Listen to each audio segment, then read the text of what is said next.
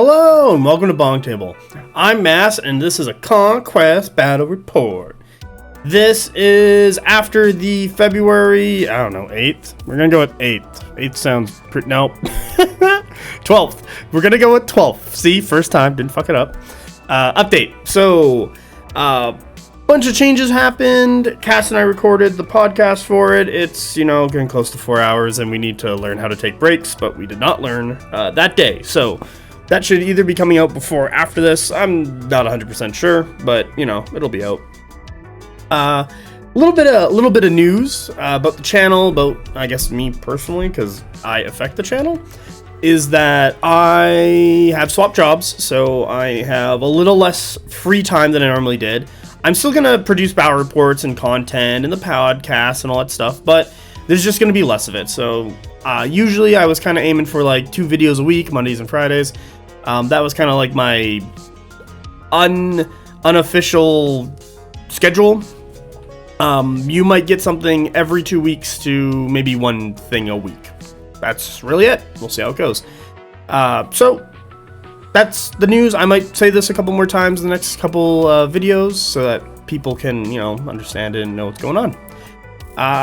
Let's get on to the battle report. So here's the list. Horse Lord. I just called it that. It has another name. I think it's like Adepticon Horse Lord because this is the list I'm going to play for Adepticon in March. So, gotta practice it. This is the same list I've been practicing before. Big changes that happened were... It's going down. Order of Sealed Temple, Order of Ashen Dawn all lost their banners. Master of the Sealed Temple doesn't have a Sorting Strike. Mountain Noble Lord swapped the Flush Cougar for Lorien Lance. There is a bug in the app, so Lorien Lance gives you +1 Brutal Impact, but the Noble Lord base just has Brutal Impact 2, so he is actually at Brutal Impact 3. This is just a bug in the app, so there you go. Rerolled all failed hits on a charge. Impact attacks. Yeah. I was talking to my local 100k player. He was like, oh, you took Weapon Master for Cleave 1. Why don't you get the +1 Clash for Clash 4? And I'm like, I'm already re-rolling all failed, hits. Clash 3, Clash 3 reroll everything is still really good. Should be good enough. And if I get stuck in there, Cleave 1 will just do more work. And that was kind of my justification. How that plays out, I don't know. I'm just going to give quick rundowns of this list because I don't really have a huge amount to say about it. I played it a bunch. I have a really good idea how it plays, what I'm looking for. This battle report, I do a little bit more Yolo strats. Wow, I'm doing great today. And yeah, I'll talk about those when they pop up, and I'll explain them, what was going on in my head when that was happening. Because I usually find my first game back after working away is usually my worst game, to be honest. Because I'm just you haven't played the game for 2 weeks, and then I play the game, and then go away for 2 weeks. It's hard to build skills. So this is why. One of the many reasons why I do these battle reports, so that I can review my own games, figure out what I did, and it really embeds it into me because I'm reviewing my work. So I'm just gonna run down the list. Mountain Noble Lord, I already talked about him. Cool. Speed of Horse, that's one of my 2 warlords. 2 Mounted Squires, Court Palatine, Standard Bearer, Veterans for +1 Clash. I was talking to second place winner of All of the World, Carl. He was like, I don't like veterans on Mountain Squires. And I'm like, but Carl, they're Clash 4. They make people get scared of them, and that's why I want them like that. So there's my reasoning. Carl can pop in and tell me why I'm wrong. That's fine. Him and I can chat. Then we got 2 Household Knights. They just got Standard Bearer, something fancy. Pirate Commander, another Warlord for First Blessing. 2 units of Order Sealed Temple, and 2 units of Ashen Dawn. Ashen Dawn are 2 5-man bricks. I have been painting heavily, so I will probably show some photos of the Sealed Temple at the end. They are all painted up, but in this game they are not painted up, so you get that. Ashen Dawn, oh my gosh, so they lost Wedge, and what else happened to this? Another big one. Oh, instead of 70 points for additional stand, it's 80. Ashen Dawn update didn't change. Sealed Temple went up from 170 to 190, still really good, didn't change. 190 is kind of a little bit of a hard, not a super hard pill to swallow, but it's you feel it. Would have been better at 180? Oh yeah. Did they need Was 172 cheap? Oh yeah. So I would have liked 180, but 190 is still doable and they still get the job done. That's really it for changes. Nothing else is huge. If you want to listen to the podcast, we go way more deeper into it about all the changes for all the factions, and we talk about it a lot. So, take breaks, get some water when you listen to that one. It's probably going to be like 3.5 hours, so have fun. But to wrap up my list, I'm just going to slowly roll the rules. Pause the video at any time. Take your pick. I'm not going to go super deep into this one because I have other battle reports. We'll talk about the horse list, and this list has literally not changed since the update. Let's go see my opponent's list. Here's my opponent's Spires list. They are playing post-Cataclysm Reconstruction. So Spires got hit a little more harder on a lot of its stuff. Vanguard clone infiltrators now no longer being able to score with the character. Their stock has dropped off a little bit. I think Brute Drone stock has dropped off a bit because they went from like 150 to 170, so they got hit a little more harder on the points tax than a lot of other guys did. So Spires players really got to look at and reconfigure and figure out what they want to play. So my opponent here, he is what would I say this? He is practicing for Adepticon as well, but he needs to figure out his list. He's going to have more time to do that because he's at home and can go to game day while I am at work. And so he's kind of testing out some stuff, trying to lock into something. He's asking the guys online in the BonkTable Discord. By the way, BonkTable's got a Discord if you want to check that out. Link in the description below.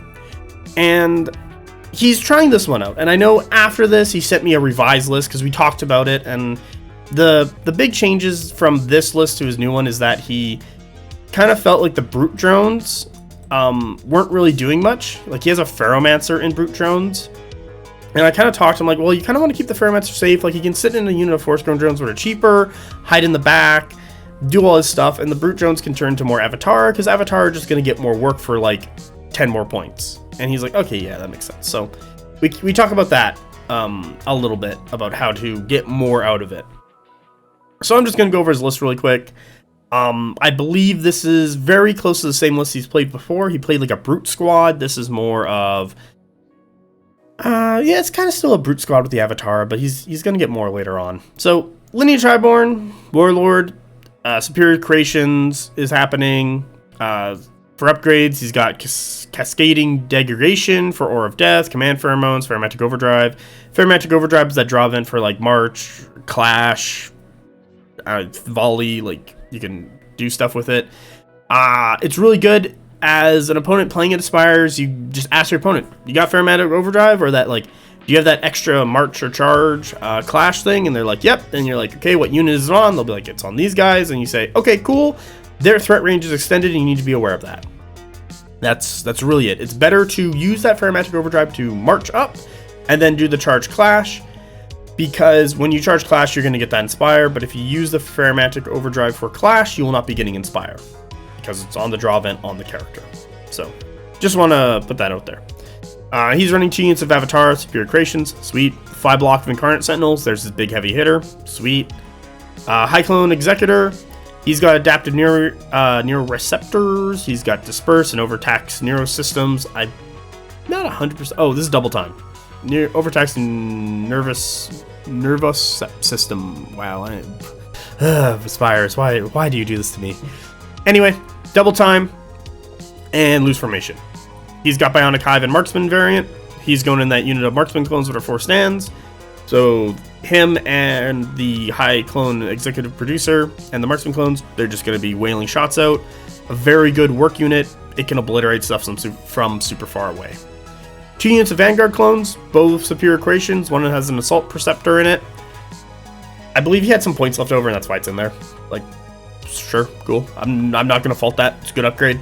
More attacks on your command stand. Rerolling fails on your command stand. They're like, get 7 attacks. Like, it's good. With that, Vanguard clones is also really good because they have the Vanguard special rule to shoot up the board and get on that turn 2 scoring. Due to the update, a lot of people lost early scoring with a character and a light. So having something fast, having something that does it weirdly, that allows you to do it the old way, Any of those things, really good for scenario. Vanguard clones run up the table. 18 inches, you can get on scenario elements pretty easily. Lastly, you got a Ferromancer. Dude's got avatar projection, so he's just in a big old mech suit with the brute drones. And he's got a unit of onslaught drones. Onslaught drones, you know, get in there, score some stuff. Brute drones, you are literally a defensive health pool to keep the Ferromancer alive. Clash 2 Flurry, not the greatest. When they inspire to Clash 3, that's when Flurry becomes really impactful. At Clash 2, like if you didn't get Inspire for some reason, not that great. I believe my opponent got into a fight with a Mounted Squire. He was like, oh, I'm just gonna clash the Mounted Squire and kill it. And then he like rolled really poorly and I rolled all my successes and like 1 damage got through. And then my opponent went, maybe I should have inspired. I'm like, yeah, confirm the kill. So, you know, it's a little rough there. Overall, I like his list. Incarnate Sentinels, Marksman Clones, really good work units. Avatar, really good to trade with, like trade up and down, and they can like hold the line with Resolve 4, Defense 4, Evasion 2. Wow. Screw you, Avatar. I hate you still. Very good. Vanguard Clones, super fast, get on zones, start contesting, scoring stuff. Onslaught Drones, really great to be on the zone. Overall, I like the list. We talked about it after, and basically he's getting rid of the brutes, getting in a unit of force drones, throwing the brutes as another unit of avatar. That's really what it becomes, and it's really fine. Or I think the Ferromancer just sits with the onslaught drones, and he just turns the brutes into avatar, and it's literally fine. Like there's no issue with it. But with that, I'm gonna slow roll my opponent's rules. Pause the video at any time if you got any questions. You can read a rule. I don't know, you can get a drink of water. I forgot to get water. Bad on me. Alright, let's go to the game. And by game, I mean scenario. Here's a scenario we played today. It's Maelstrom, scenario 11. And what we got? So for points, we got 6er in the middle and 2 9s on the side. Done. We get 2 VPs for scoring the 6er in the middle from turns 1 through 4. You get 1 VP for seizing the 9. At the ends of round 5 through 8, you score 1 VP for the 6, 2 VP for the 9s, and then at turns, I think it swaps back, doesn't it? Yeah, 9 and 10, it swaps back to 2 in the middle. So with this scenario, you really want to move up and secure one of these 9s and just say, hey, this is mine. And then go over and probably securing this 6 is another good idea. And then you kind of split the board like this. And if you can control that 6 for a bunch of turns with the 9, you'll just outpace your opponent and win the game. Another way to do this as well is if you run up, control this 9, and then you run up and control this 9, and you lock down both, and just let your opponent have the middle. And if you can hold both, it's a little tough because you're separated at that point, and your opponent can strike out either side and take one. What will, you know, now you're stuck in a bad position.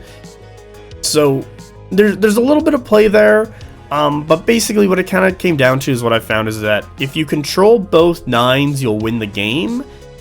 But it tends to be where you control a 9 and a 6, and you just kind of fight where that black line is. And you'll kind of see that happen in this game and how it devolves. I don't have a huge ton about this. It's not like a solved scenario or anything, but you know, this is kind of what a lot of players do and what happens majority of the time as I find when I play the scenario. Let's go into the table and we'll talk about that mess. Here's the table. You can see our 3 red zones for our 9, 6, and 9. We got size 3 obstructing buildings here.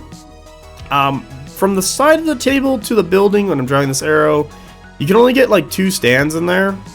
So that's less than 9 inches, so that's illegal. We never tried it on this side, but just by the looks of it, I'm going to say that's also only 2 stands are going through there, so that's also illegal. This table kind of sucks, because we got 4 forests, you know, so they ended up being obscuring, all of them. And we were like, let's do hindering, and my opponent and I looked at each other and were like, no, this is going to be terrible. So we just made them dangerous, so if you charge through it, you take a d6 per stand, which charges through it.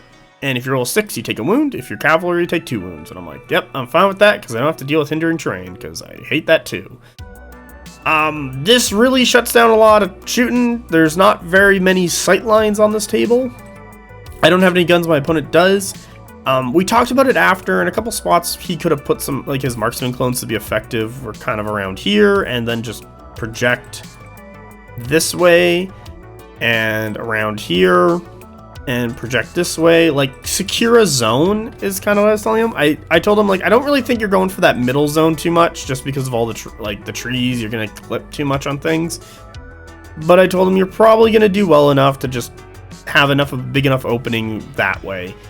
And after the fact, he agreed because he kind of threw away his marksman clones this game, and I think he should have stuck them around to do work because they're one of his 2 work units throughout the game. Marksman clones can really output a lot of damage due to their range and their barrage 5. So if you can set them up in a nice spot, they can get a ton done. For myself, like on this side, I have a really easy way to like secure this 9er right here, but my opponent has the same thing over here to secure that 9er. So that's kind of fair there.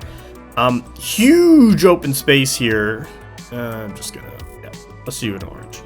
Like, huge open space on both sides for us to fight over. Trees making it difficult for shooting. Only shooting thing is the marksman clone, so that doesn't really come up, but it does hinder him. And we're probably going to be fighting and trying to deal with those trees. Not a ton of damage happens due to the dangerous, but on the last turn, I will explain where I lose 1 Ashen Dawn because I rolled like 3 6s and like one of them explodes. I'm just like, oh my god. It's very funny, but also sucks.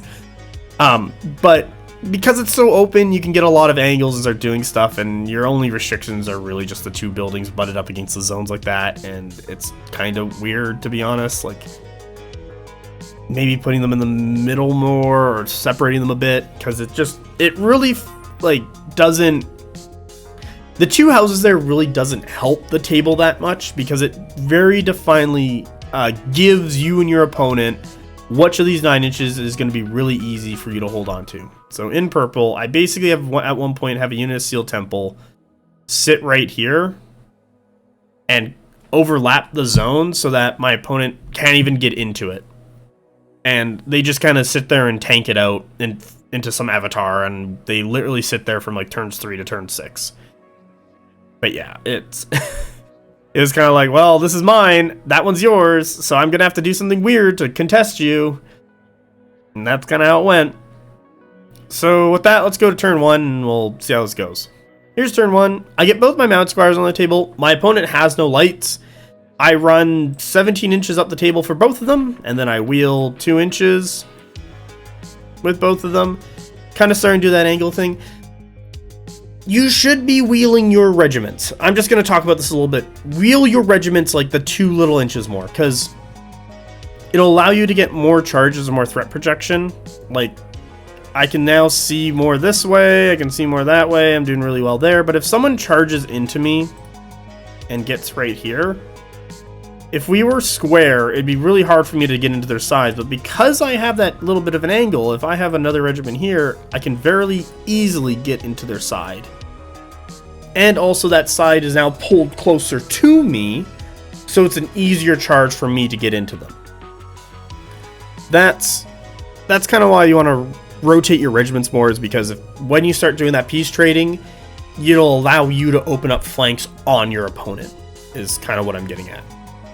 But right now, I'm in a really advantageous spot because my opponent doesn't have anything, and also because I'm just kind of controlling the middle of the table right now and can really push my horses wherever I want to go.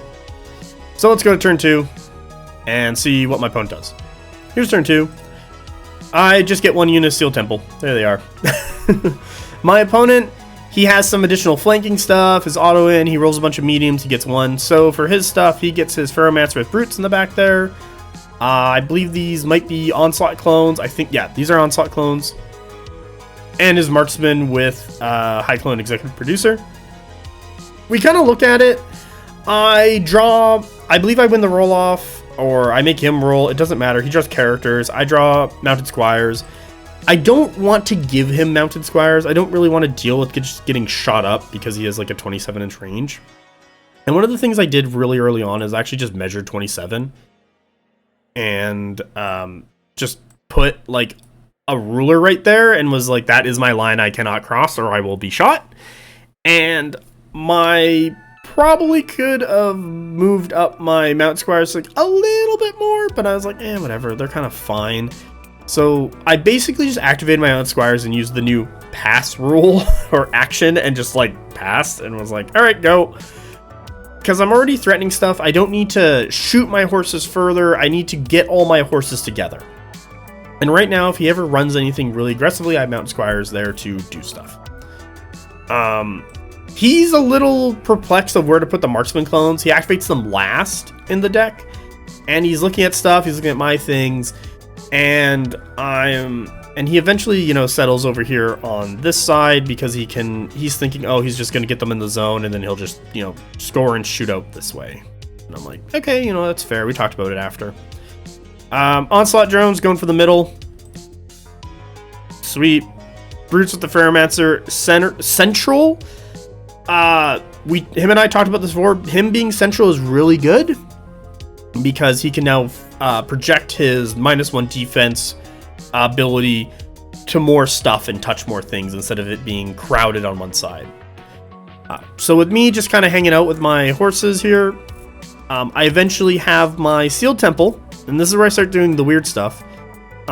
Pull off the reinforcement line. I just kind of wheel them, run up, and then I fluid formation just to touch the edge of the zone. And I score a point. So yeah, I'm already looking at ways to score early on in turn 2. Fluid formation, fast things, Fenris Beastback, Sealed Temple, Household Knights if the zone is 15 inches away. Like, those are things you're looking for to score early.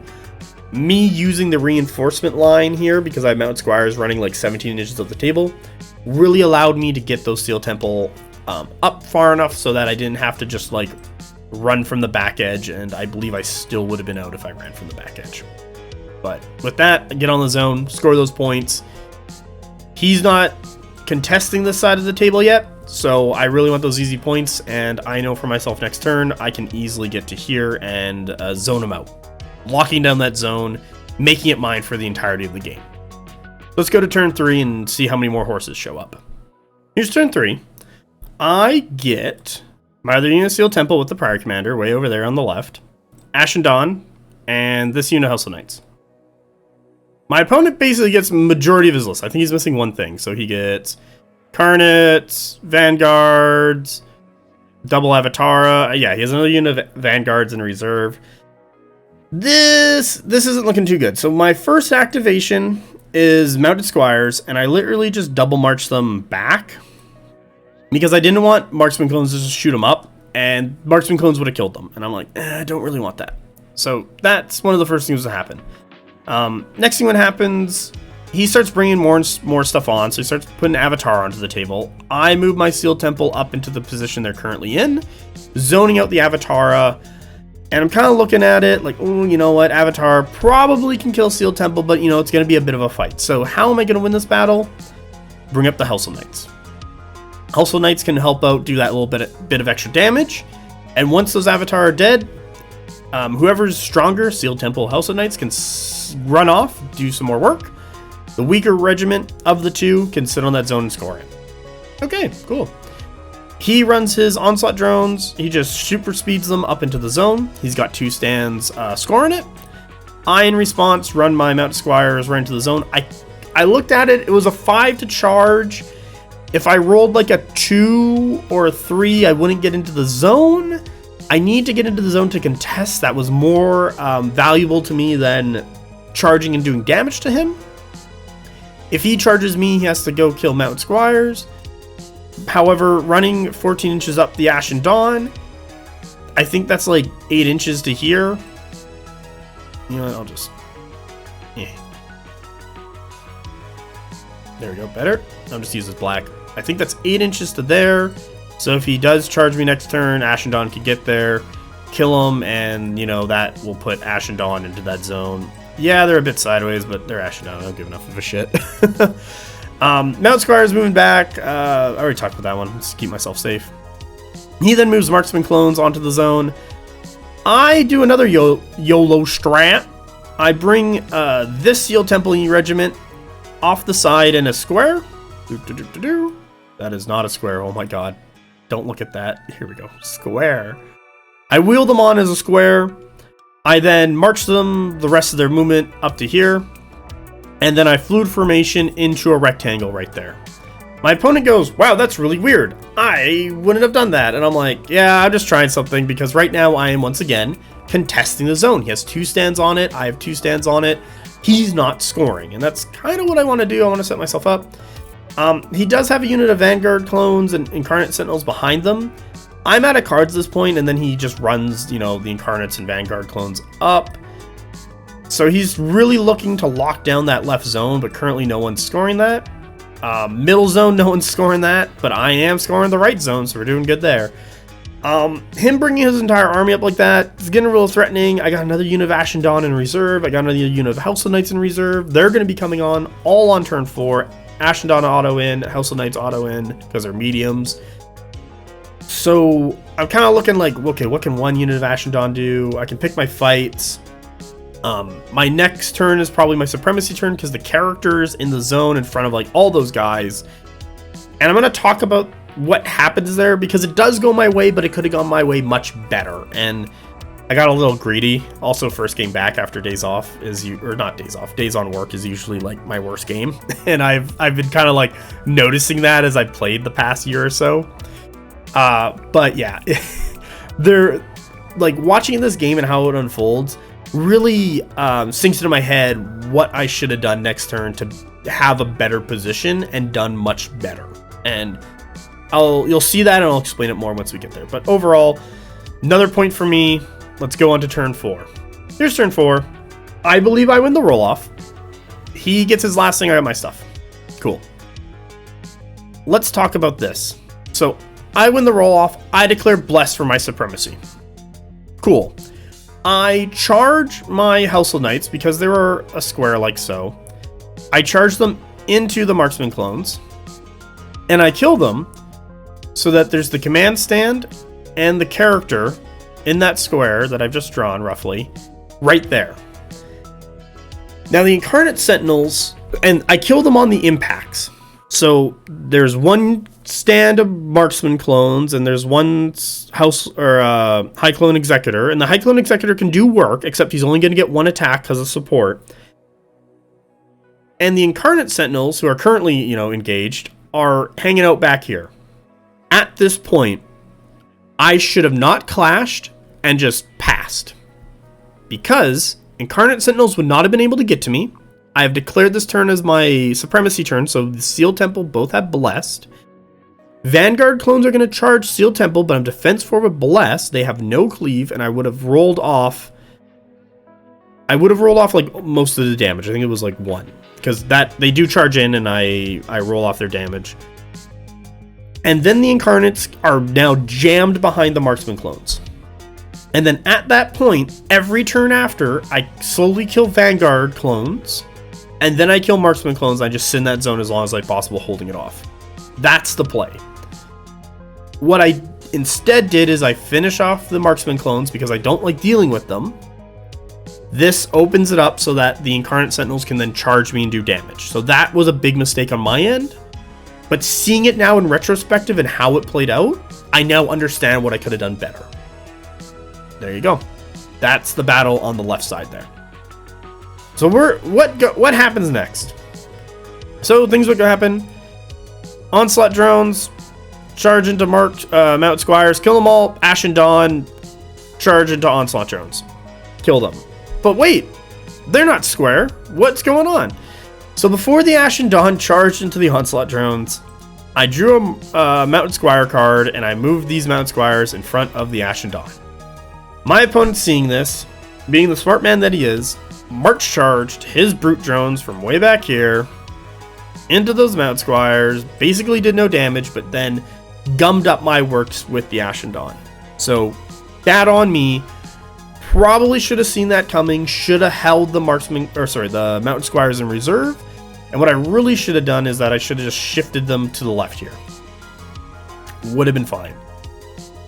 But that's another mistake on my end. But I rolled with the punches, still got the Ashen Dawn into that Onslaught Drone Regiment and killed them. What I did is I just marched sideways, charged in, basically did a big swing, hit them, blessed the impact attacks, killed them. It was my last activation, so it was going to happen, or my second last one. Because then, here we have another unit of Ashen Dawn, which just ran up the table. Another thing that's going to happen, this Avatar unit charges into Sealed Temple. I have Blessed. I bless off all the damage but 2. Sealed Temple clash back, do some work. Hellstone Knights charge in, do some work. Sweet. Before these Hellstone Knights charged in, I ran these other Hellstone Knights with the Mounted Noble Lord here in red onto the table. They're getting ready to charge this Brute Pack or go forward, help support that side. Need a little bit of help. We'll figure it out. My opponent, he's setting up with his Avatar here because he's just, he's a little worried that I might have pushed forward or get into a better spot. Vanguard clones, he knew the onslaughts were dying, so he's trying to get back into the middle to score. And at this point, I'm not exactly sure. I feel like he scores this. I want to say he does because he has 3 stands to my 2 and I'm broken.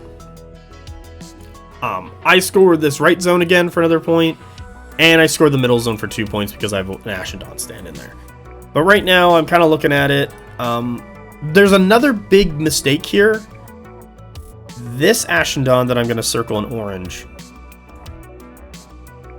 he has a problem, and that problem is that he is not far enough over to the right to swing around the Mounted Squire's base so that the Ashen Dawn can connect into a charge into the side of these Brute Drones.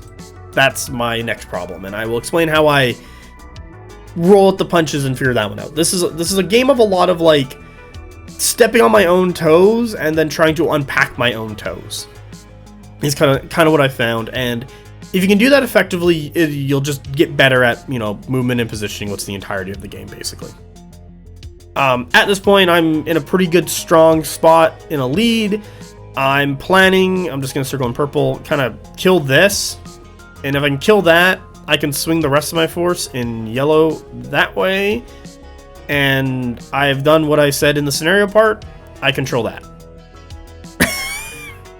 And that's it. That's all the stuff I'm going to draw in this picture because it's now full of junk. But that is, what is this, turn 4? Yeah, so let's go on to turn 5 and see how well I am at killing off 2 units of Avatar and a unit of Vanguard clones and trying to hold out on the left side long enough.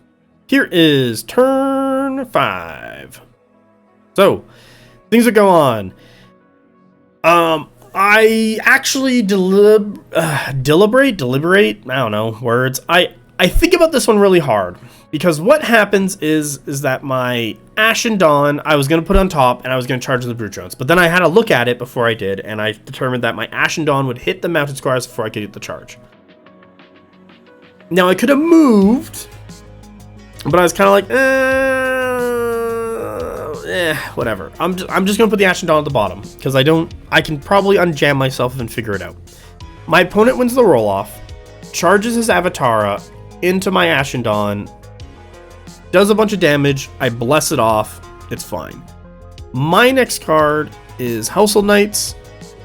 They charge from this position because it's only 2 Avatar fighting Sealed Temple. They killed one, so they are no longer engaged. They charge into this Avatar in the back, do a bit of damage, not a huge amount. However, his Vanguard clones charge into my Household Knights, killing them down to 1, and that's kind of the fight there. My Sealed Temple die to Incarnates and Vanguard clones. I do some damage back to, I think I do a point to some Incarnates, whatever. Oh, sorry. My Sealed Temple drew, and then I Aura Death and died, and then I drew again. That's what happened.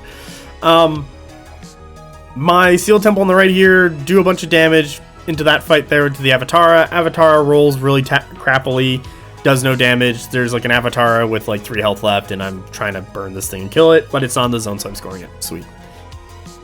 His Ferromancer tries to be a little clever here. He tries to do the Clash charge because my Household Knights here are hanging out. And he kills 2 Mounted Squires, and the last one lives with like 4 health. I rally, Clash back, do some damage, nothing too crazy. My Household Knights move back because I don't want to be like charged by Incarnate Sentinels. Incarnate Sentinels kind of reposition themselves here just to threat project because he's watching the Ashen Dawn start slowly coming his way. His other unit of Vanguard clones way back here are on that zone scoring it. So, you know, here's a green circle for him. Here's a green circle for me. Tied it up there. Lastly, my 2 units of Ashen Dawn go. Ashen Dawn the first charges into the side of the Avatara here. I'll just put a red line through them. Charge, clash, kill. Second unit of Ashen Dawn, now free from the Avatara. Charge into the... I'm just putting another line. These are the colored boys, the blue boys. Charge into the Vanguard clones. Kills them with all the impacts. And I just reposition myself to like charge Brute Drones next turn. So I'm really locking down this whole side of the table at this point. He's got you through 2 units of Ashen Dawn. He's got his Brute Drones are not in a really good spot. Vanguard clones are going to be sitting on the zone, so I have a ton of horses that are going to be moving around scoring for me. And I'm just in a really good spot at this point. I score another 3. I think he scores 2 because this is turn 5. So yeah, this is when the swap comes. So the sides are worth 2 and the mills be worth 1. So let's go to turn 6 and see how this game kind of closes off. Here's turn 6. Bad things would happen. So, his Brute Drones kill the Mount Squires, charge into my Ashen Dawn. Or sorry, not my Ashen Dawn, my Household Knights. They do some impacts. I save them all. No damage is done. Sweet. Ashen Dawn, charge and clash into the Brutes. I do a ton of damage on the impact to the point where... Oh, that is the wrong box. They ended up here. I'm just going to draw them. There's the bunch. There we go. They do a bunch of damage on the impacts that only 1 stand of Ashen Dawn is actually in contact with the rest of the Brutes. And I get my clash. I do some more damage. That last Brute Drone is like down to, oh, I don't know, like 3 or 4 wounds. He's not got a lot left. Household Knights clash into them, do some more damage. They're not doing very well. The Pharaohmancer does use his -1 defense ability on the Ashen Dawn. And then my opponent does the draw event for the March character into the regiment and charges, clashes the Ashen Dawn. Defense 1 bless, doesn't keep them around, wipes out the unit, they're dead. My Ashen Dawn here though, I need to roll a 2. I have no banner. I roll a 1. I charge through a forest. I roll 5 dice. I roll 3 6s. One of the Ashen Dawn dies. And I go, wow, that's something. That's fantastic. Great. This Household Knight, I'll just circle him in green in the middle here. He rallies and just walks into the zone, scoring it. Seal Temple back here. Fight the Avatar some more. I think Avatar does a point. I get the Avatar down to 1 health. They're still duking it out. I score. His Onslaughts kind of move up. He scores. At this point, my opponent calls it. He doesn't believe there's a way for him to come back from such a point loss. And I don't... And probably he won't, because either the Household Knights are going to kill off the Brute Drone and then charge into the Onslaught, killing it, and that just leaves him 1 unit of Avatar. And at that point, I can just kill off the... Sorry, 1 unit of Incarnate Sentinels, and I'll probably kill off that last Avatar here. I'll circle in purple by that point. It's only 1 left. Like, come on. And then if he even kills the second unit of Ashen Dawn and the Household Knight and scores the middle... My Household Knights with the Noble Lord probably kill his Onslaught drones. He needs to score to catch up, so I'm going to be in a really good spot to charge him. Or if he tries and comes off the zone and charges me, he's now behind on points. So he's in a really bad spot. I'm in a very commanding position throughout the entirety of the game, even though I've been making mistakes and then trying to fix them and overcome them. But we called at this point, and that's kind of the game. It would really depend on who got the Supremacy roll to see who goes first. Either Carnates are going to hit more Ashen Dawn, or Ashen Dawn are going to hit more Carnates. It really comes down to that. So, yeah. Well, let's go to the score, and I'll talk about the game. Here's the score. I clinked it up to turn 7, but we ended on turn 6. My opponent's got 5 points to my 11. So, really strong there. I've kind of mentioned a lot of the mistakes that were made for kind of both of us and how we played it. I think my opponent, whenever he saw a mistake, took really good advantage of it. I think my ways of clearing out my mistakes were also good, because even though I was trying to like fix a mistake, I was still doing work into other stuff. Like, oh no, my Ashnodon are trapped behind the Mountain Squires and the Brute drones. Well, I can kind of swing and kill these Onslaught drones or Vanguard clones, and then, like, you know, keep pressing that advance and, you know, keep my advantages and carry them forward. Ashnodon melt if you put enough attacks at them in their defense 1 with Blessed. Be honest with that one. Those Incarnate Sentinels with Induced Lethargy for the -1 defense did a ton of work, killed them off. Really good on my opponent. Steel Temple, they're defense 4, resolve 4, so they're really annoying to kill, especially if you don't have a dedicated hammer going into them. They have the same kind of, well, they have actually better tankiness than Household Knights, so they're doing really well there. Really like them. I kind of see my big mistakes. So I talked to my opponent, and he's been actually playing my list in TTS against himself so he could learn it and try and figure out what to do. We're talking about it, and he was like, you don't have a ton of activations. Once you start losing stuff, it really sucks. And I'm like, yeah, but that's kind of a low activation list, like how it tends to run. He's like, you're very fast. So he's been playing my list to like understand it better and do well against it. And then when we played, I started doing weird stuff like coming in from the side of the table, reforming and running up into zones, getting into his zone and attacking his stuff. And he was like, I would not have thought about that, but oh my god, he's doing it. So you kind of need to go back and, like, I guess play when the computer is being weird. It's kind of my quote for that one. Yeah.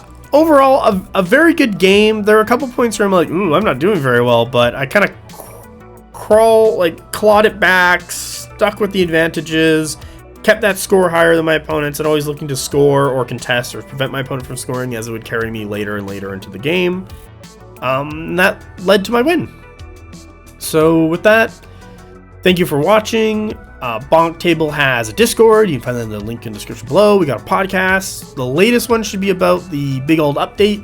So if you want to give that one a listen, it's available. Cassandra has an Instagram. Yeah, I think that's really about it. So I hope everyone enjoyed themselves and have a great day. Bye.